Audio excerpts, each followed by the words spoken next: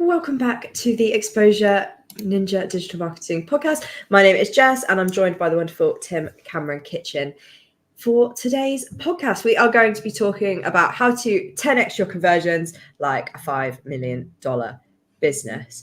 This is basically just going to be a podcast about all the best conversion rate like improvers we've seen, especially over the past year, but just any that we've seen that have worked super, super well with clients, and that we're like, we need to share this with everyone because it's too good to keep to ourselves. Tim, I know you are a conversion rate wizard. You've done some fantastic stuff in the past. I don't know. Well, I wouldn't say I'm a conversion rate wizard. I think the team at Exposure Ninja are conversion rate wizards, and I've got to look over their shoulders. And when this topic came up, I thought, oh, this would be a really interesting opportunity to go back through all our best performing campaigns over the last, since Exposure Ninja started, and try and draw out some of the, I guess, the commonalities or the things that we've used consistently across different campaigns, because 10xing conversions is a big old ask. It's been really interesting. I've really enjoyed it. Good. I'm been a lovely morning. Yeah, that's fantastic. I'm glad that you've been able to go on a little adventure back through Exposure Ninja's history and find a few commonalities, because I think people sometimes fall into this trap. Or I know there's a lot of people that put content out where they're like 10x your conversions with this one trick, and then it's like send text to all your customers, and yeah, it's just not. It's a bit rough around the edges. And our goal today is to talk about a bunch of different things that combine together to increase your conversion rate. So if you're here thinking you're going to, after this podcast, that you're going to 10x your conversions tomorrow by this one simple trick that doctors are jealous of, or whatever some like ads say, that's not what we're here to do. We're here to give you actionable advice that you will be able to put into practice right after this podcast. But you gotta stay the course. You'll get as much out of it as you put in, basically. So Tim, what are the components that you think combine together to increase this conversion rate? Yeah, I think of all the clients that we've seen, and 10xing conversion rate, in some cases it's possible over the course of a year. Sometimes it takes a little bit longer. Sometimes it can happen shorter, but generally it takes, we found, it takes sort of around a year, and a number of sort of stars have to align. So typically there is a traffic component to this. So either getting significantly more traffic or getting a much higher quality of traffic. There's often an offer component as well. So what is the thing that the business is actually offering? Not necessarily the conversion rate stuff, which is what you do with that offer on your website and how you present it, although there is a conversion rate component as well, almost always. But actually, what is the thing that you're offering, and how can you make that more, I guess, tantalizing? Because if you think about 10xing conversions, it's a big goal. You can either 10x your traffic and keep your conversion rate the same. You can 10x your conversion rate and keep your traffic the same. That's only really, I've only seen it done in cases where a website's converting almost nothing. Like conversion rate does cap out. Or you can do a combination of the two. And I think it's that combination of the two, which, as I'm looking through our sort of our case study master list of all the glorious campaigns in Exposure Ninja's history, it's that combination of offer, traffic, and conversion rate, which come up consistently as the three levers that we pull to get these sorts of results. Absolutely. If you're driving traffic to a poor offer, or driving traffic to a page that's just not set up for conversions, then you can have as much traffic as you want, but it ain't going anywhere. It's not going to help you. So it is finding that balance, really. And when Tim says the stars need to align, he doesn't mean this will only happen by accident. What he means is you have to put the stars in place and align them yourself for this to happen. So you can have a lot of influence. I just don't want anybody to think that it's really just, hope that gets you through. It really is just making sure that you put these things into the right places. Tim, I think you've got an example of a D2C dairy client that we actually increased sales by 17 times through a bunch of different things. Yeah, so this was one. I was trying to look for the biggest increase over the course of a year, and 17x was the one that I found, which was the biggest increase over the course of a year. And I think this illustrates what we're saying about using these different levers. So the 17x came from a 5x increase in traffic, but the rest of that boost in growth for this particular business was from increasing the conversion rate on their websites, their direct to consumer e-commerce, increasing the conversion rate from the website, and actually the average order value as well. So you can see that you all know these sort of compounding things where you increase revenue by 10% and you increase conversion rate by 10% and average order value by 10% and customer lifetime value by 10% and a number of purchases per year by 10%, and before you know it, you've got this big increase. And I think that's what you've got to do if you're looking for the region of 10x. So this example is 5x traffic from search, and then the rest of it was increasing conversion rate multiplied by increasing average order value. And that's what generated the 17x revenue. And that seems to be fairly consistent across all the examples that I studied for this. Definitely, yeah. And I mean, if you're wondering kind of about, you're thinking, yeah, well, I already do SEO, or I already, have done this and that. Really, increasing traffic is often about trying out new channels, or just significantly improving the performance of the channels you are using. Because maybe you've got the right channels, but you're not quite optimizing them. Like maybe, your business gets really high conversions through search, or should be getting high conversions through search, but you're not targeting the keywords that your audience are actually searching for. Or maybe you're getting loads of traffic to a page that isn't actually converting very high, or you're not serving those questions or the stage that person, well, those people are at with your content, which I think is like a huge part of it. I think another big thing as well, and I talk about this all the time on the podcast, but with channels, people fall into this trap of like, this is what's popular, let's use this. And they haven't actually thought about whether that's the platform their audience is using. For example, you might think, oh, okay, all mums are on TikTok, but then you're ignoring maybe places like Mumsnet, which won't have the same big numbers as TikTok, and maybe isn't something you use personally. But if you head on there, there's so many people using that platform, and they're all your target audience. Obviously, if your target mums. So it's really important to explore those channels, or even if you are using channels, maybe you're not using them to the best of their ability. Like, for instance, if you use LinkedIn, are you using the live stream feature? If your leads tend to have a lot of questions, or you have a lot of knowledge to share, like we do, we're using the live stream feature on LinkedIn right now, as well as YouTube and a bunch of other platforms, to share our knowledge and record a podcast. So that's just a couple of the ways that we've used channels differently, or a couple of suggestions. I don't know if you have any examples, Tim, to share about ways to kind of increase traffic. Yeah, I mean, say that in a lot of spaces, and this was another commonality that came out through the examples I was looking at, there's often something new that's going on in your world. Whether if you're B2B, it might be new regulation or legislation. If you're B2C, it might be that there are particular fashions or trends or sort of movements that are going on in your world, some form of disruption. And often, if you're well positioned, you can really sort of stand in front of that parade, as Warren Buffett would say. There was one example of a client that we've worked on which sells lab-grown diamonds, and they've got a physical store in New York, and they sell online. And we identified that there was a lot of activity around Meghan Markle and people wanting to get, particular types of rings and all that type of stuff. And anytime there's some wedding event, there's an opportunity in a business like that to sort of stand in front of that and publish content all about, lab-grown diamonds inspired by this particular ring or whatever. And it's looking for opportunities like that.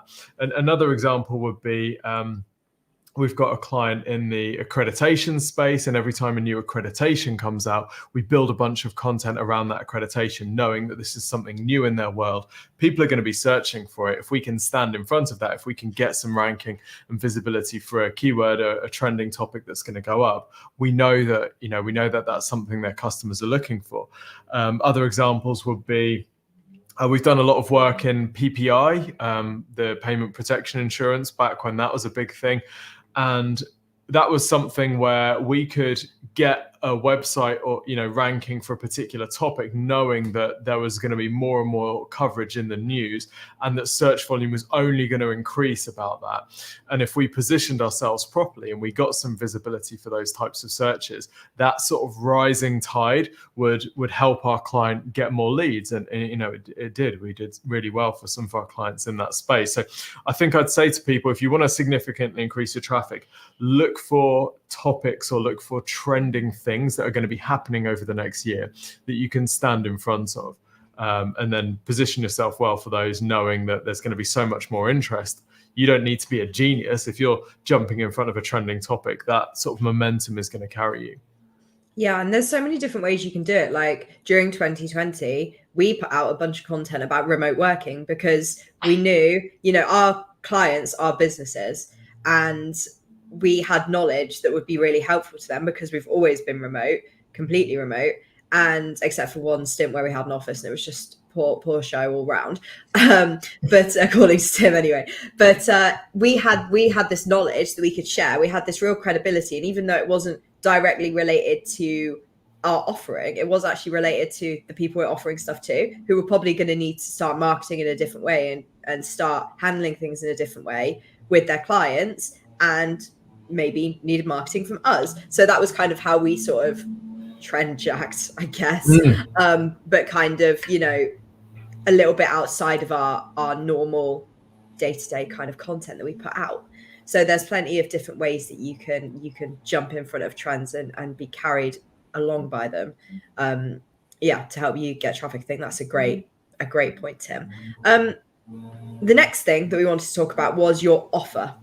Kind of, and I know this seems really, really obvious. You're like, well, I sell this or I offer this service, but it's important to find a way to stand out. I think we get comments on this live stream all the time where people are like, I'm in a really competitive industry, but I love what I do. How am I supposed to stand out when we have businesses who are offering, they have loads of money to put behind PPC ads, or they've got years in the game. They've been able to build up their SEO. And I think there are a few different ways that you can either position your offer as the best or kind of lead people towards your main offer through what we tend to call tripwire services, which kind of lower cost things that then lead people towards that bigger purchase. Like I'm just almost like looking around at my desk and I'm thinking about, I currently have a blue Yeti microphone, which actually Tim sent me. So it's not technically a purchase that I made, but I used to have a blue Snowball, which is their like 30 quid microphone, right? I was really pleased with the quality, really liked it. Naturally, the next upgrade for me was the blue Yeti, which is their like more expensive one, but I had already tried out their product, already tested it out and was already thinking, yeah, I really like this. What else do they have to offer? So I think, even companies like, we did a deep dive on Simba, but I'm really interested in their mattresses, but they're a bit out of my price range right now. But I'm like, well, they sell pillows. That's kind of cool. It'd be nice to try them out. And if I love the pillows, maybe I'll get the duvet. If I love the duvet, then I might as well get the mattress in a few years. And I think there's all sorts of different ways you can do this. And I think, Tim, you probably have some examples from service-based industries. If many motorbikes have stopped zipping past your house at high speed. There's a motorbike convention going on in the garden. It's really yeah, apparently. I think this idea of tripwires is really interesting, and again, it's something that's come across in a few of the campaigns that we've seen where conversions of 10x. There's the business, either we've proposed an offer to them, or they've said, oh, you know what, we could actually do this, and it's been quite bold, quite original, and quite new in their space. You've probably heard us use this as an example, but an audiology clinic client that we've worked on for a long time, they offered an ear cleaning service, which they found to be a really good tripwire into selling hearing aids, which was their main business. So we actually decided to lead with free hearing tests and free ear cleaning as their sort of main service. We didn't even lead with the hearing aid offer. We led with the tripwire offer, and that completely transformed the economics of their marketing, because they could get these leads in very, very cheaply. The cost per acquisition on these was very, very low, because they're offering something free, but they knew that they were going to make way more money on the back end from selling the core product that they're offering.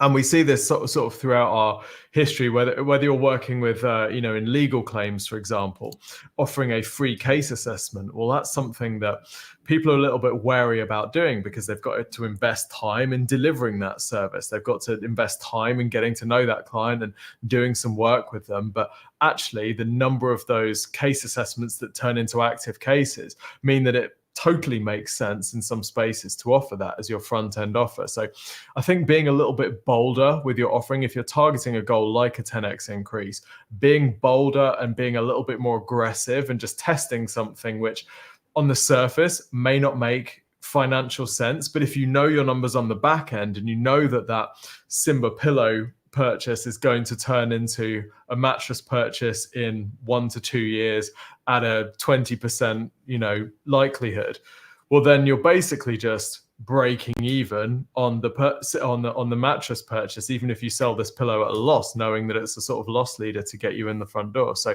I think, just being a bit bolder with the offer is going to be really important if you're looking for a significant increase in conversion rate. Yeah, absolutely. I think another way that you can kind of think about the offer is in terms of like positioning. Let's say, so we worked with a client who sold really luxury, beautiful sportswear, like so nice, but their positioning and their ads that they were running were for a younger audience who were kind of expecting, they were kind of that fast fashion audience, right? They want to get something cheap and cheerful from like Primark, let's say, or, Shein, or any of those kind of IP stealing businesses. Not Primark, I'm not shouting at you. Shein, I am shouting at you. No one sue us, please.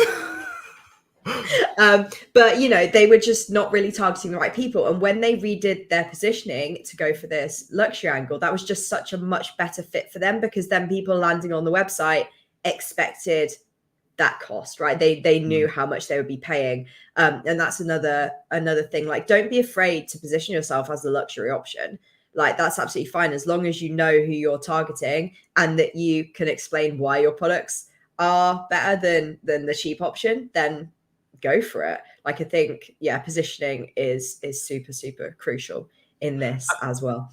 And I think the offer makes sense in context with the positioning. So just going back to your pillow and mattress example, if the mattress was, say, $10,000 and the pillow was $100, in your mind, that pillow is worth way more than an equivalent $100 pillow, which is at the top of, a budget company's range. Absolutely. Right, because you're paying for that sort of, it's the reason why the wine list starts with the most expensive wine to sort of anchor you, and then it makes the other things seem relatively more affordable. So the offer always exists in context with the rest of your offering from your business. So that's a really good point about price point. And this isn't about being the cheapest or always only offering something free. This is about offering something on the front end that feels like incredible value to the right target audience for you, knowing that you're going to make the money on the repeat purchases on the back end in future. Exactly, yeah. And you see this almost blatantly with a lot of SaaS companies. They will put their most profitable or most popular offer in the middle, and then they'll put their most expensive offer for power users on the right hand side and their cheapest offer on the left hand side. And they make it very clear what you get. There's like 3 bullet points in the cheap one, 10 in the middle one. They've got a badge saying most popular, best value. I'm a bit addicted to mobile games at the moment, and they're always putting things, this is the best value, this is the most popular, this is the package that you should be buying, and it's really smart. It does make you turn your head and go, oh, well, if that's what most people are getting, or if that's what businesses like mine are doing, it's very, very clever, very clever. But also, as long as you're honest, that's another thing as well. If you're saying that the free trial or whatever only has 2 options, the free package, and then it turns out it's nearly as good as the middle one, then you're not going to have a lot of happy customers. But if you're honest about everything as well, people don't mind. Just be real. People love it.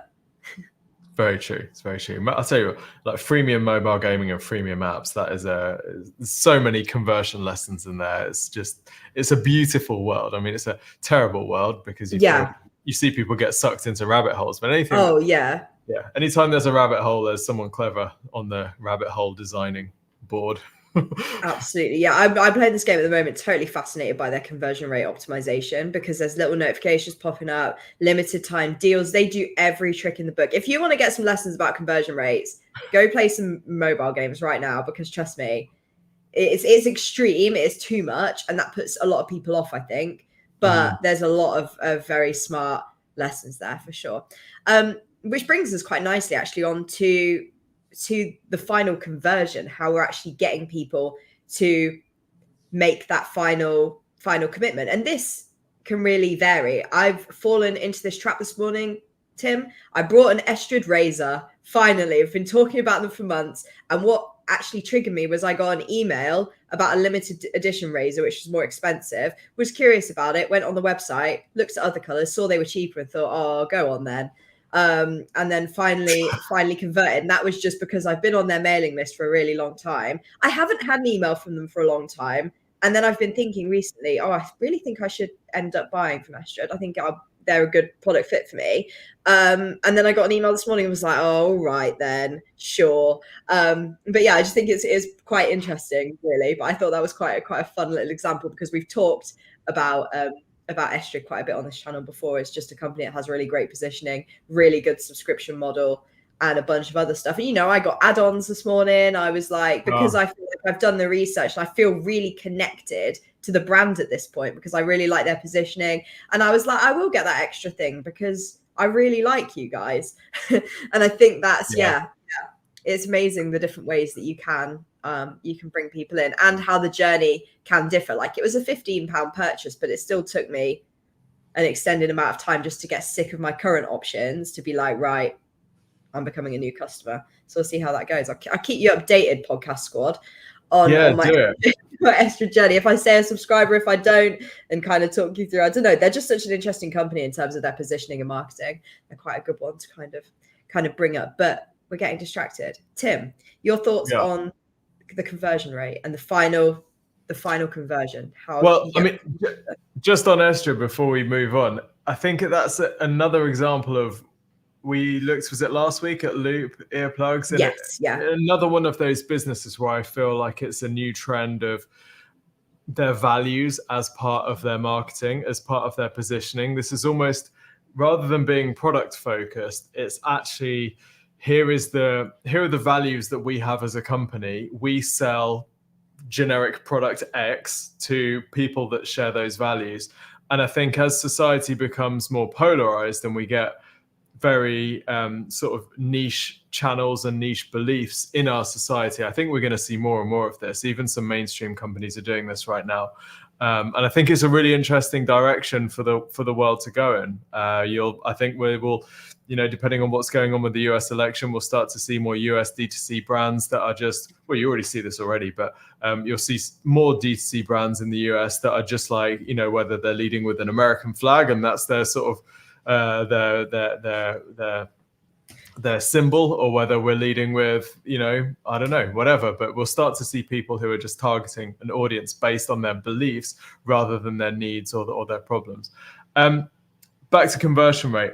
I think, you've got a bunch of topics here that we're going to cover about conversion rate, but some of the biggest uplifts that we've seen in conversion rate have been when a website owner is willing to almost completely reconfigure the purpose of their website to be about whatever conversion goal they're offering. So someone's asked in the comments, should my calls to action be different on my service pages to my blogs, or just use the same CTA everywhere? It's a great question. I think the most powerful CTAs, the most powerful, highest converting lead gen sites that I've seen have the same CTA everywhere, but that's because it's a very universal CTA and it works on service pages as a lead into someone who has commercial intent, as well as on a blog to someone who has informational intent. And that offer, that CTA, is adaptable enough that it works in both scenarios. If your CTA doesn't work in both scenarios, then you should absolutely have different ones, because they should be targeted to where the customer is at if they're visiting that particular page. So I'll give you an example. In the legal space, so we've had a family law client, basically that's divorce law for very well-off people, and the CTA that they use across their site is, book a consultation to talk about your divorce or whatever. That's not the wording, but it's something along those lines.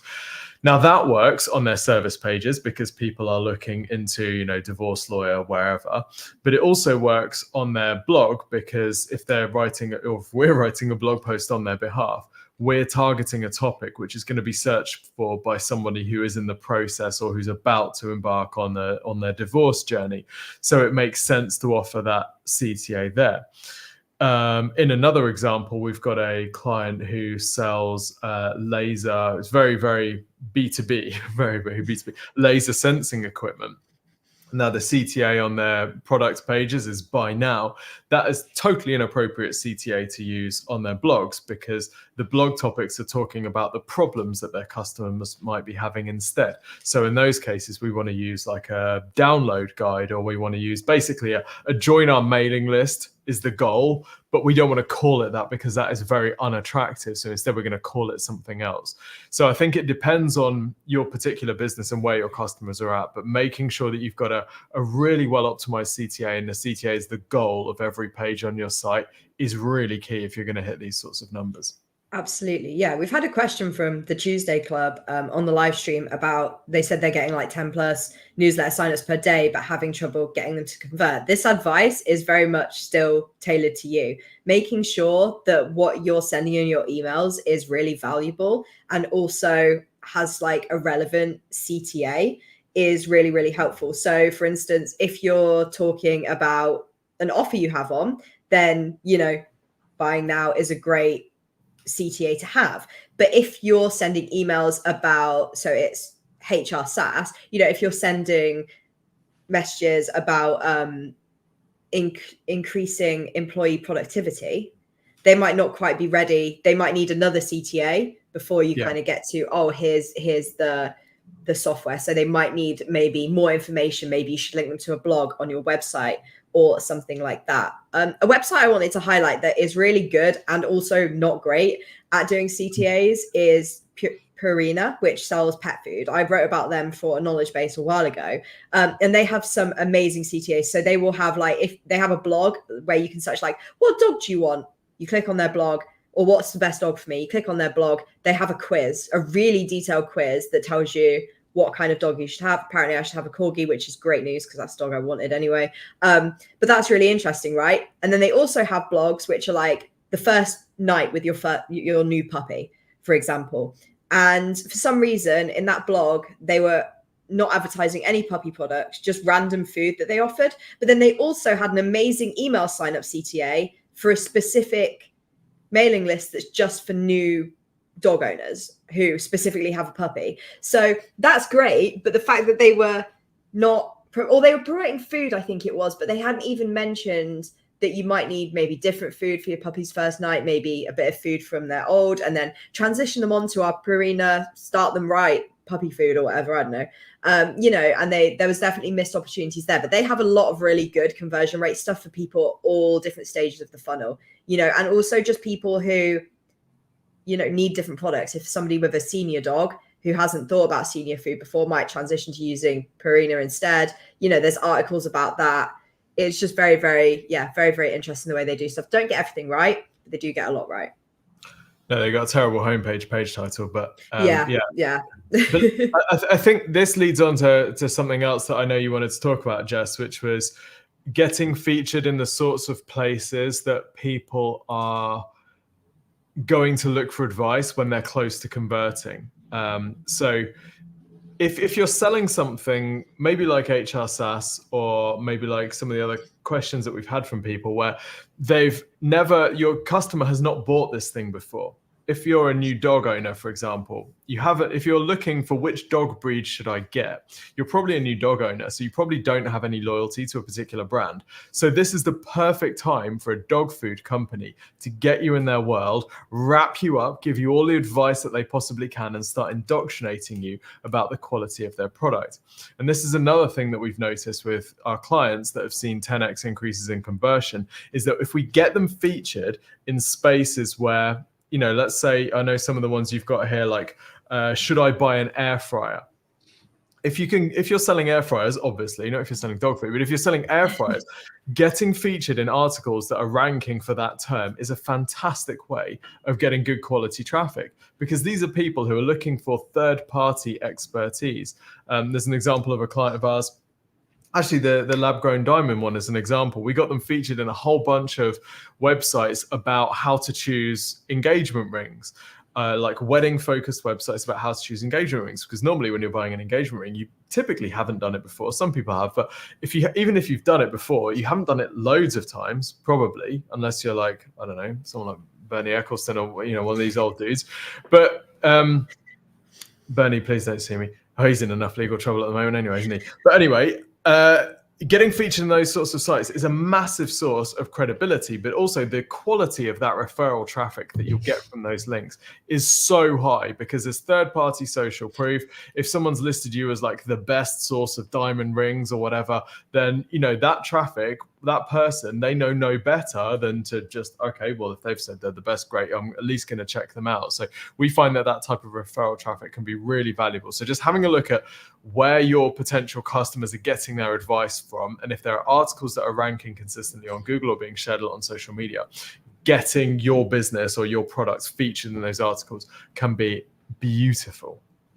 Absolutely. Yeah, it's thinking about the different places where your customers are spending their time that aren't necessarily on Google, or that are on Google but won't necessarily result in them visiting your website. I think we've got time for one last question, which is how do I improve the quality of leads? I get hundreds, but most of them are time wasters. And I think this actually ties a little bit back to what we were just saying about the places that you're appearing and the kind of topics that you're appearing for. So for example, we have a great blog that we wrote a number of years ago about how to use archive.org to find old websites and look at them. Basically, I think it was something, it's positioned better than what I just explained it as, but basically it gets a lot of traffic, but it doesn't convert very high, because the kind of people that are looking for that information aren't really people that are likely to become customers. So you might be looking at some blogs on your website thinking, oh, these get so many views, why aren't they converting?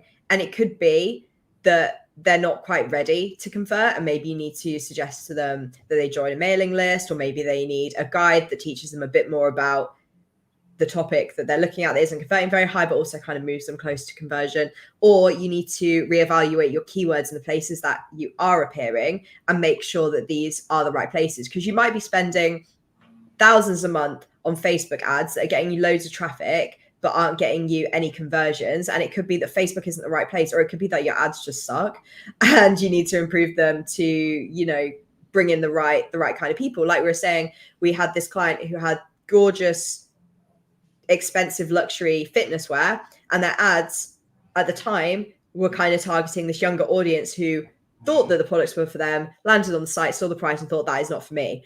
And, it's all about that positioning and how you target that audience, I think, and grab their attention in terms of PPC as well. So yeah, there's a few different reasons. Just look into the sources of those leads and make sure they're the kind of things that you want to be like promoting. Essentially, is that the kind of thing that's going to get you a bunch of traffic but no conversions, or would you rather have a little bit less traffic that's like a more niche audience that is going to convert really well? And if there are some businesses where nothing that you do will suppress the volume of low quality leads that you get, So in that case, it's all about, right, if you really don't want them in your funnel, how do you filter them in whatever form or whatever, however they're coming to you? How do you filter them? So are there criteria that you can offer in the form which help you to weed out the good ones versus the not so good ones? If they lie about it or they still come in, is there any other way that you can monetize this, these leads, whether you can sell them on someone else or have a partnership with someone else who can serve them? If you're generating hundreds of leads but you're not doing anything with them, there often are ways of monetizing that. And of course, that helps pay for the rest of your marketing. It helps you to scale what you're doing. If you're just always going to be casting a wide net, but you only want like the prime lobsters, well, what can you sell the rest of the other stuff to? What can you sell the traffic cones to that no one's going to eat? Or maybe you can sell them for recycling, or that metaphor has run its course, but you get the drift. Exactly. Yeah, I think there's opportunities everywhere, and that's what you need to be looking for in 2024, sourcing out these opportunities and finding new ways to kind of recycle this traffic, I suppose, and either turn them into non-time wasters by educating them, or make sure you're getting in front of the right people, really. And with that, that's the end of our podcast. Hope you've all enjoyed this week's installment. We will be back next week, same time, same place. Tim, do you have any final thoughts before we go? No, we've got so many notes that we didn't get a chance to cover. So I know, feel like we need but to that's do like fine. a follow-up on this. Potentially. I feel like we had so much other good stuff to talk about. I was like, we won't worry about the other notes. They can be brought in later if we need to, but we definitely have the opportunity to talk more about conversion rate and increasing leads, 10xing your leads. I cannot remember what the title of this. 10xing your conversions. That was it. I suppose that could be leads, depending on your business. If you'd like to hear more about that, let us know in the comments before we go. If you would like another podcast about conversion rates where we go into some more kind of specific tactics. I suppose this one kind of talked about different strategies and different areas of your marketing that you should be focusing on, whether that's traffic, offer, or conversions. But if you would like another podcast about this, either let us know in the comments of the live stream or leave a note on the podcast in your review. Say, yes, loved the episode about conversions, would love another. So yeah, cool. Or just throw a brick through our window with a note tied to it that says conversion rate, you idiots. It's so cold. We'll get the message. Don't. It's so cold. Tim, I'm going to come throw a brick through your window now. See how you like it. Fine. Just for fun. Exposure Ninja /web. Yeah. If you need some help with your conversion rate, then go to exposureninja.com/review to request your free website and marketing review if you haven't already. Or a traffic cone fill, yes. It'll be amazing. It'll be absolutely fantastic. So one of the team will record you a free video, usually 2-3 working days. You'll get it, 15-minute video showing you some ways to improve your website conversion rate. If you qualify, if you don't qualify, we'll give you some free resources to help you do it anyway. So go to exposureninja.com. One last thing before we go, Tim, I believe you've got an exciting webinar taking place next week. Do you want to tell us a little bit about that? Oh, this is one of the things I'm most excited about in the whole world, Jess. Good. So, Google SGE, this is Google's AI in the search results. Nobody's figured out how to get ranking in it yet. This is possibly the biggest shift in the world of SEO that I've seen in my career. And nobody yet has figured out how to get ranking in it. Or have they? Ooh. So you keep your eyes out for an SGE webinar, which will be running next week with some case studies, some before and afters of getting ranking in SGE. It's very exciting indeed. So keep an eye on your email inboxes and wherever you follow Exposure Ninja, we'll let you know about it. Can't wait. And we'll see you all next week. Either see you at that webinar next week, see you at the podcast next week, see you at a new video next week. There's loads of places you can find us. So until then, catch you later, everyone. Bye.